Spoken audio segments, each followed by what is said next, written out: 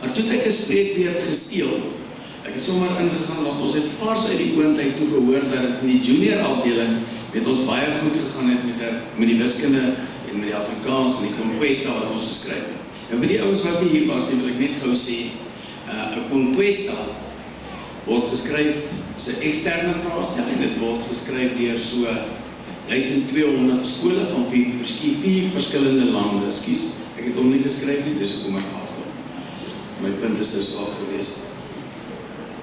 En ons neem deel aan hierdie goed, omdat ons graag ons kinders ekstern wil toets, omdat ons wil seker maak die standaard van die skool is op die regte vlak.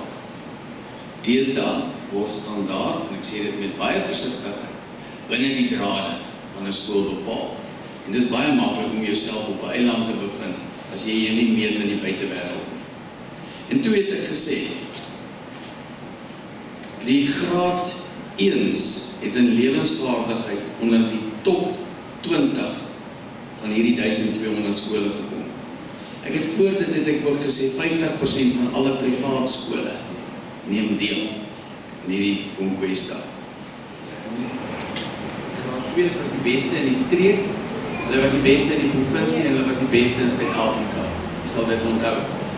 Intussen het ons toe nou die ander uitslae gekry, en ek deel dit nou graag met die as volg.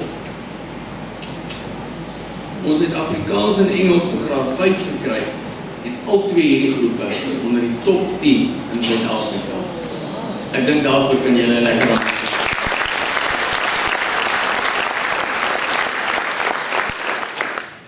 As dit nou so is dat ou daarvoor aan het klap, dan kan jy hierna, besluit wat jy met die volgende wil doen. Ons graad 7's in Afrikaans is algeheel derde in Suid-Afrika, en die graad 6's is eerste in Suid-Afrika.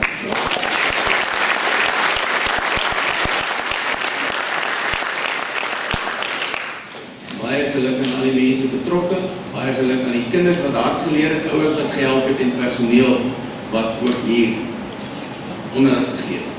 En dan is daar twee kinders wat ek wil uitsonder wat op hierdie Conquesta baie goed gedoen het, en dit is kinders wat vir Engels nogal, so die mense het my vertel wat, ek het dit nie self gelees nie, wat vir Engels 100% gekry het. Dit is Nelia Bligman en Maricel Ferrer. Baie gelukkig.